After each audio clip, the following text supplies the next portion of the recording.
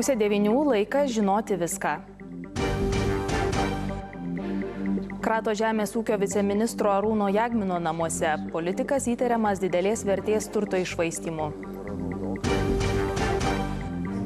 Po 14 metų Lietuvoje vėl speigas. Daugelėje mokyklų kitą savaitę pamokos vyks nuotoliu.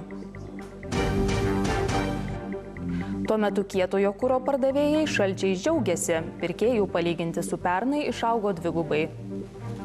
Šiuo metu net nieks neklausia, kokią kainą, klausia, ar turite.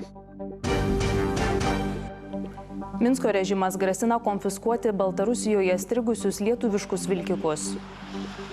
Elgesys Baltarusijos režimo yra ciniškas ir pažeidžiantis tarptautinę teisę.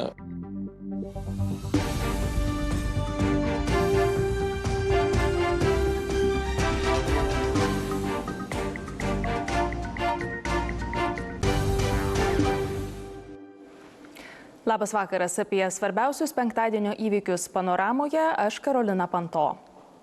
Specialiųjų tyrimų tarnyba atliko kratas žemės ūkio viceministro Nemuno aušros nario Arūno Jagmino namuose. Politikas įtariamas didelės vertės turto iššvaistymu.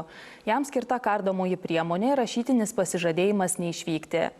Premjerė paragino Jagminą trauktis iš pareigų. Žemės ūkio ministras tikisi apie tokį sprendimą iš Jagmino išgirsti pirmadienį.